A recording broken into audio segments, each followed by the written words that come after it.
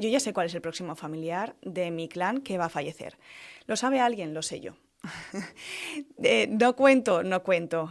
Sí, la ayudo a esa, que es mujer, a ese familiar en concreto álmicamente, sí. Madre mía, Claro. si yo fuera familiar tuyo, mujer, ahora mismo estaría acojonado, ¿eh? No, pero yo no veo la muerte como sí, ese sufrir o esa Ya, ya, separación. ya. Yo no la veo así.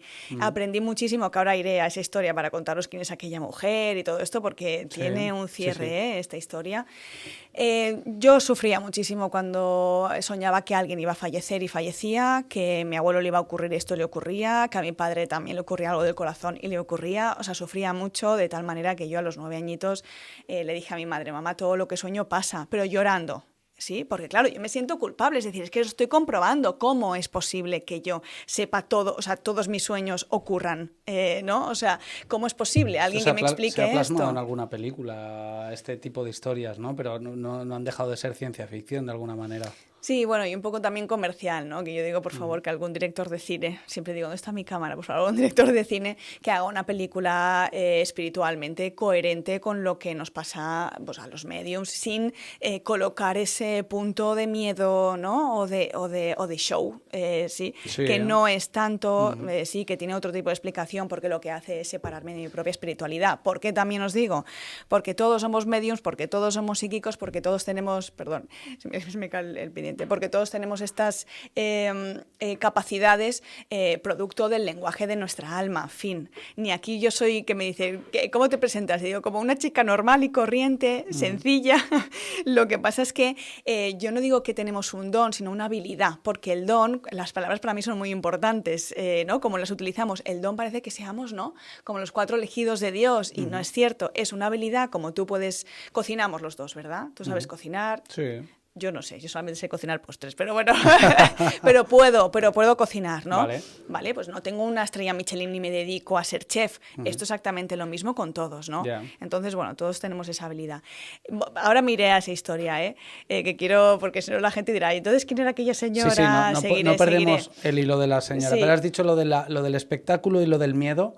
Esas dos características que vuelven al medium es algo que es completamente real, porque es lo que me has hecho sentir durante esta mini historia ya rápida, ¿no? Por un lado es espectacular, ¿no? Casi película de ciencia ficción, pero a su vez he tenido un poco de temor y una sensación un poco hostia, esto sí es verdad, acojona un poco. Sí, yo pasé terror. O sea, claro, estamos hablando de una niña muy pequeña en la que yo también le digo a mi madre: mamá, todo lo que sueño pasa, porque ya no podía más. Es verdad que no había mucha comunicación en mi familia. Yo cada vez que igual que contaba algo me reñían más o me castigaban, por lo tanto, bueno, pues no cuento nada por si acaso. Mi madre me dijo: eso son tonterías, no hagas caso. Entonces a mí me sepultó, pero claro, es que la historia va que mis bisabuelos eran unos grandes mediums, Sí. donde acudía mucha gente a hacer mesas espíritas y demás, pero se quedó como una especie de tabú.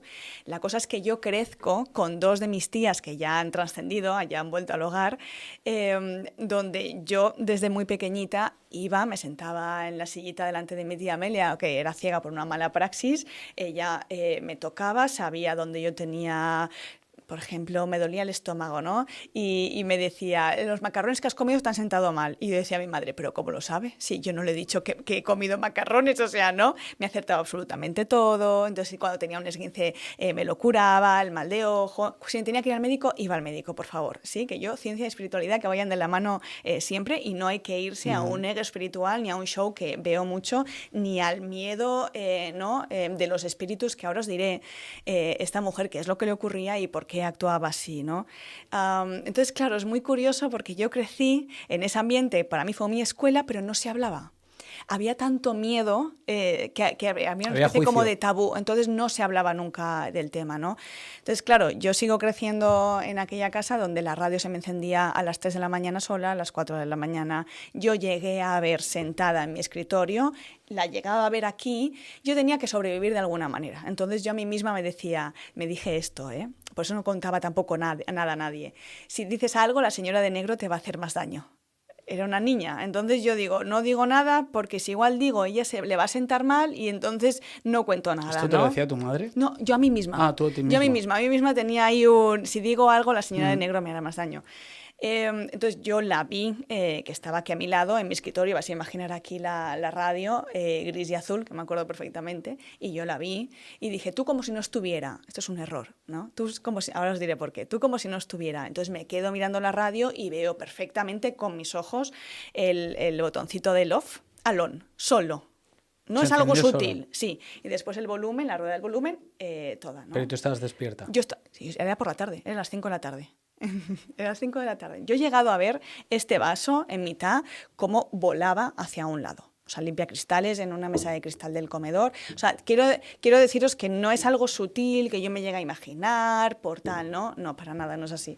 Yo me llego a cambiar de la habitación. Le dije, bueno, señora, usted se queda aquí. Ya no sabía muy bien qué hacer y me voy a la habitación de los trastos, ¿no? Cosa más fuerte que yo sé que impacta mucho y que si a mí no me llega a pasar, igual no me llego a creer, ¿no? Pero ahora viendo exactamente todo, pues evidentemente, más que lo he vivido en mis propios... Yo leía mucho y pasaba siempre mis tardes en la biblioteca porque no quería estar en mi casa, porque la puerta, la llave, yo la escuchaba perfectamente todas las tardes a la misma hora. Papá, mamá, no había nadie. Tenías miedo tú ahí, ¿eh? Tenía terror. No, Sí. yo pasé terror. Terror es igual a incomprensión. Durante Cuando mucho no. tiempo. Sí, vamos. Ahora yo os diré, pero yo caí en una anorexia muy fuerte. Yo llegué a querer irme de aquí, pero muy seriamente. Y todo por ese motivo, Sí, por ese motivo. Sí. No sabía lo que me estaba pasando, nadie me asistía. ¿Tu familia, tu padre y tu madre no te comprendían? No. No te lo compraban, ¿no? O sea, bueno, eran imaginaciones de la niña. No, yo no contaba. O sea, yo conté que todo lo que soñaba pasaba, pero claro, estáis viendo a una niña que algo le está pasando. Entiendo que ellos lo hicieron lo mejor posible, cada uno también en su circunstancia personal y de matrimonio, que no, eso es algo personal, no me quiero colocar ahí. No. Pero bueno, cada uno estaba viviendo y de alguna manera, pues, bueno, lo hicieron lo mejor posible, ¿no? Pero sí que es verdad que había una niña ahí que se cambió de habitación y nadie me preguntó, ¿y por qué te has cambiado de habitación, no? Las cosas más fuertes que me ocurrieron, sé que te va a chocar muchísimo.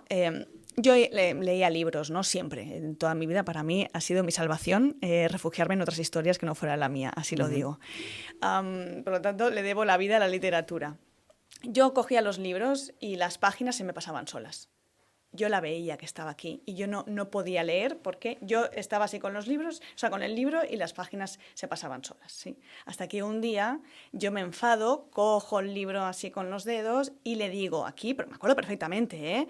Yo os lo estoy diciendo y me acuerdo perfectamente que la cama estaba aquí, era un cuarto de los trastos, que la tele pequeñita estaba aquí y que yo estaba aquí sentada en mi cama, una cama súper pequeñita, y ella estaba a mi derecha. Entonces le digo, ¿me vas a dejar leer? No me pases las páginas, sí, y entonces cojo los dedos así. Yo no vi la mano, no vi absolutamente nada, solamente vi que en la parte aquí debajo derecha se empieza a rasgar el libro como si 4 uñas, como una especie de pantera, pero no es pantera, como si 4 uñas empezaran a hacer así y se rasgara toda la parte del libro, ¿no? Yo ahí me asusté muchísimo, lo estaba viendo con mis propios ojos, o sea, no es algo imaginativo, no es algo...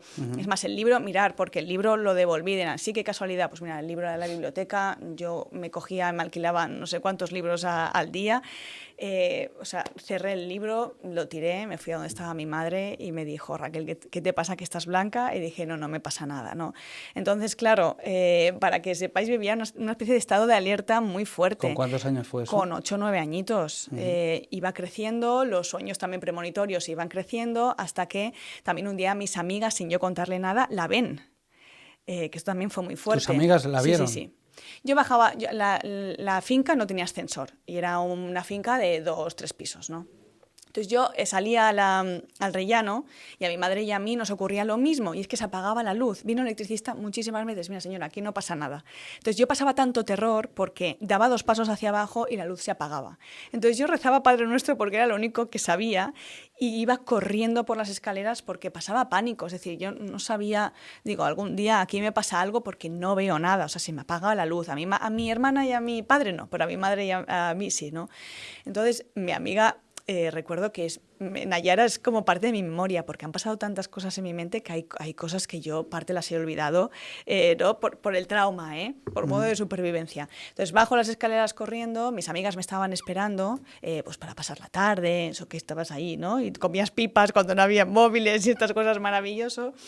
Y no era una calle que transitaban coches, sino que aparcaban ciertos coches, ¿no? Para que os hagáis la idea. Y el balcón de mi madre daba fuera junto con su ventanal. Entonces bajo corriendo, que Nayara, mi mejor amiga, me dice, es que no sabíamos por qué bajabas, te lo preguntamos, ¿por qué bajas corriendo así, no? Parece que te estás ahogando, pero nunca nos contabas nada.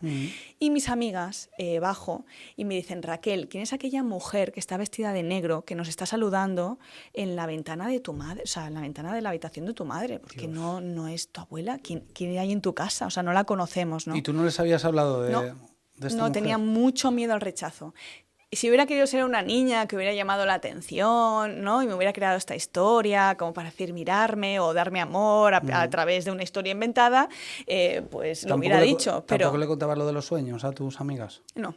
Un momento, si eres como yo que está continuamente expuesto a la luz azul de las pantallas del móvil, del ordenador o peor aún como este foco, tienes que saber que yo ya hace bastante tiempo que cuido mi salud protegiendo los ritmos circadianos con estos diseños tan brutales de Ruanova Health. Cuentan con la máxima calidad de lente, que esto es lo más importante, amarillo para la luz azul del día o el rojo que bloquea al máximo todo ese espectro de luz azul para por la noche. Con el código Hoguera tienes un 10% de descuento en la página web Ruanova Health. Y eso seguía pasando. Y eso seguía pasando, sí, yo soñaba absolutamente todo. Es más, yo llegué, ya por acabar un poco, imaginaos que son 7 años lo que os podría contar, yo ya llegué a no poder quedarme sola en mi casa. Llamaba a mi abuelo llorando porque me volvió a ocurrir lo mismo que cuando a mi madre ya, ahora os diré que le conté, me dijo, es que no sabía por qué las cortinas de mi habitación estaban totalmente rasgadas por debajo, o sea, no teníamos animales. Entonces yo no comprendía por qué esas cortinas estaban así, ¿no? Entonces ya llega un momento dado en que yo intentaba estar sola, intentaba estar bien. Recuerdo que una tarde dije, voy a intentarlo. Yo la veía pasar por el pasillo como te puedo llegar a ver pasar a ti o sentada a mi lado, ¿no? Entonces ya un día que dije, bueno, pues voy a ver las joyas de mi madre. Me puse en la habitación, vi cómo las cortinas se movían, estaba todo totalmente tapado, o sea, no es el aire, primero miro el aire, ¿no? Bueno, una ráfaga, y vi cómo se empezaron a rasgar también. Llamé a mi abuelo, ese momento lo recuerdo muy bien, llorando, ¿qué te pasa? ¿Qué te pasa? Digo, no te puedo contar nada, por favor ven a casa, solamente quiero que esté alguien. Yo llegué ya a no poder quedarme sola, o sea, a estar en mi habitación, mis padres irse por la mañana y yo irme corriendo un día sin desayunar ni nada, aunque me quedara 2 horas fuera de casa, me daba igual, ¿no? ¿Solo pasaba en casa esto? Solo pasaba en casa, sí. Yo llego ya, un día que mis padres se van por la mañana, yo cojo la mochila, este es el pasillo, aquí estaba la puerta, aquí el salón, y de repente escucho un estruendo. Y me veo como una bolsa de naranjas, toda está por el pasillo. O sea, es imposible, un golpe de aire, es imposible, es decir... Yo llegué a irme a la biblioteca a decir qué es lo que me está ocurriendo, tenía algún tipo de trastorno, ¿no? Y diría, pues bueno, esquizofrenia paranoide, que eso es lo que... Pero yo sabía que no, porque es que la estaba viendo igual que... Y después podía llegar a comprobar que también los sueños, todo lo que... O sea, iba comprobando ciertas cosas y iba mirándola... O sea, sabía que ella, incluso, tal cual os digo, era más real de lo que yo podía ver a mí misma, ¿no? Aquello se va elevando, yo llego a un momento dado, aunque ya no puedo más. Una pregunta sí. antes de eso. ¿Tú la veías completamente, todos los detalles, Sí, le veías la cara, podría la hacer piel? un retrato. O sea, Todo. tú podrías dibujarla Todo, ahora. todo. Sí. Con el jersey azul oscuro, todo. O sea, Con el pelo, todo. Pero eso, era ya una mujer mayor. Sí. Todo, absolutamente. ¿De cuántos años tenía más o menos? Unos 60, 70, más, Ajá. perdón, 60 no, 70 años, Ajá. sí.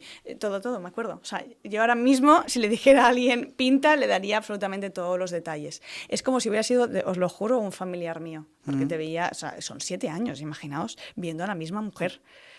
O sea, cuando yo me iba a dormir, esas visitas ¿Ya prácticamente no la ves? todas las noches, ¿no? Porque ahora os contaré.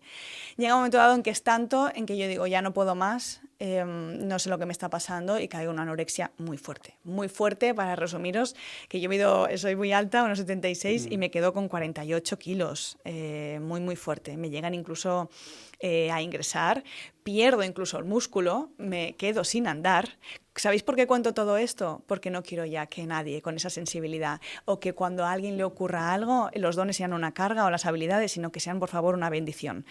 Porque llegué a un momento dado en que yo ya, o sea, los profesores me tenían que subir en sillita de la reina, ¿sabéis, no? A la clase porque yo no podía ni subir unos escalones, ¿eh? No o sea, fuerza. no tenía fuerza porque mi objetivo era marcharme y era, pues, bueno, me estaba quitando la vida de una manera muy pasiva. Ahí ya tenía 11, 12 años. O sea, es muy pequeñita 11 todavía, años empiezo ya con el TCA. Sí, soy muy pequeñita, claro. Sigue pasando, me llegan a ingresar incluso porque yo ya... esta escena es muy dura porque en una semana solamente comí una manzana y yo recuerdo cómo mi madre se asomó al salón, yo estaba acostada en el sofá. Y le dijo a mi padre, Raquel, Pedro, perdonadme mi voz, que llevo hablando mucho. Bebe agua si quieres, ¿eh? Nuestra hija Pedro se está muriendo, ¿no? Y dije, sí, es real que me estoy muriendo, ¿no? Bueno, me ingresaron durante un mes ahí. Curioso es que yo ahí a la mujer no la veo. Sigo viendo otras cosas, sigo soñando todo lo que va a ocurrir, pero no la veo, ¿no? Duro también porque sufro un bullying muy fuerte por parte de todo de todas las pues, de todos los chicos y chicas así más jóvenes de mi edad, de mi pueblo, llamándome la huesitos, ¿no? Me llegaron incluso a decir, das asco, estás muy delgada, a ver cuándo te mueres, ¿no? Entonces ya no podía ni salir a la calle, porque la gente no me conocía como Raquel, sino como la huesitos, pintadas en la puerta, o sea, llega un momento dado, sí, porque tenía un trastorno de conducta alimentaria muy fuerte, ¿no? Ahí ya eras alta con 11, 12 años. Sí, Las claro, niñas muy crecen delgada. antes que los niños. Sí, me quedé muy delgada. Bueno, pasa todo aquello y ya por acabar, mi madre y mi padre deciden, gracias a Dios, mudarnos de aquella casa, ¿no? Yo estaba a punto, os lo juro, de decir, mirad, que me lleven al médico, que me lleven al psiquiatra. Curioso es que yo cuando ingreso siento algo muy fuerte de, Raquel, esto no lo puedes contar. No puedes contarle al psiquiatra esto. Yo no estuve medicada en ningún momento, absolutamente nada. En un mes me recuperé, pero sabía que si contaba esto no me iban a creer, no me iban a comprender y que me iban a pasar a otra ala de psiquiatría, ¿no? Entonces, en el momento en el que mis padres nos dicen, ¿no?, que nos vamos a mudar de casa, que aquella tarde fue espectacular porque el limpiacristales que estaba encima de la mesa de cristal del comedor salió volando. O sea, estaba en medio y salió volando, ¿no? Es que es así los fenómenos tan fuertes que habían, ¿no? Y yo ahí dije, menos mal, porque estaba a punto de decirle, por favor, llámame a algún sitio para que me curen la mente porque algo me está ocurriendo, aunque yo sabía que no me estaba ocurriendo nada, ¿no?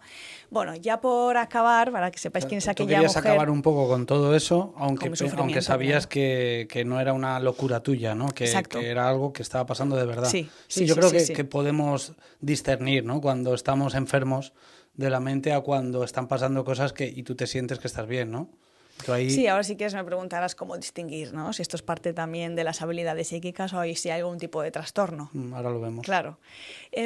Y bueno, pues ya nos mudamos y de esas tardes que yo siempre voy a casa de mis tías, las dos mediums, pero acordaos que no hablan y no dicen mucho, mi madre sentada le dice a mi tía Amelia, es que en aquella casa, nos hemos mudado ya además, pero es que en aquella casa te he de decir, Amelia, porque pasaban cosas raras, ¿no?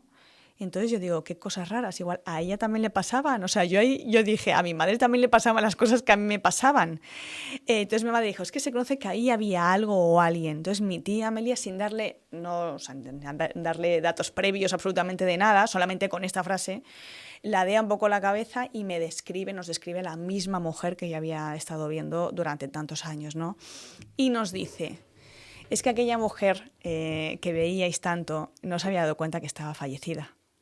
Por lo tanto, intentaba comunicarse con una y con otra y hay que ayudarla en la transición. Viendo todas las evidencias, todos los detalles, cómo había fallecido, cómo era físicamente, mi madre dijo, claro, si yo la conozco, es la madre de la vecina de abajo que murió en aquella finca. Sí. Entonces, claro, por eso el libro de Un puente hacia el alma pongo esta frase de un buen vivir para un buen morir, que aquí me gusta hilar de esta historia que yo viví, de el estado mental en el que tú mueres es el estado mental en el que primero te encuentras. No existe el infierno y el cielo como nos lo han dicho. ¿Sí? La Biblia para mí es un gran manual de vida, así como otros manuales, pero en el momento en el que las manos del humano colocan, sí, el ego, el dogma y el miedo está totalmente transgiversado, en el que no creo de verdad firmemente en el que viniera alguien a crear una institución que nos dividiera entre los creyentes, entre los que no creyentes, en los que si comes carne un Viernes Santo vas al infierno y entre si vas al cielo. No creo en que haya alguien que nos divida. Hay alguien que vino con el ejemplo a mostrarnos que el lenguaje mayor es el amor, ¿no? Pero no existe el infierno como tal. Pero claro, por eso digo, yo hablo mucho de tener esa maleta del alma hecha, ¿no? Yo creo que os imaginéis esas dos maletas, porque si todos vamos a morir. Esto es algo que nos va a pasar a todos, ¿cierto? Pero yo creo que el 80-90% viven como de espaldas a la muerte. Es algo que le va a pasar a alguien, pero a mí no me va a pasar, ¿no? Y como cualquier viaje, que ahora nos vamos a cualquier viaje, tenemos una maleta hecha, ¿no? Vamos a ir haciendo la maleta, pero esa maleta nunca está hecha. Entonces, tenemos el testamento para la muerte, que es como decir, oye, que me voy a morir y por si acaso hago el testamento para que todos los deberes estén hechos a nivel legal y todo esto, ¿no? Yo no lo he hecho. O sea, que es como una descripción de intenciones de lo que de verdad, de lo que tú estás contando, ¿no? Que no hemos hecho esa maleta de la muerte.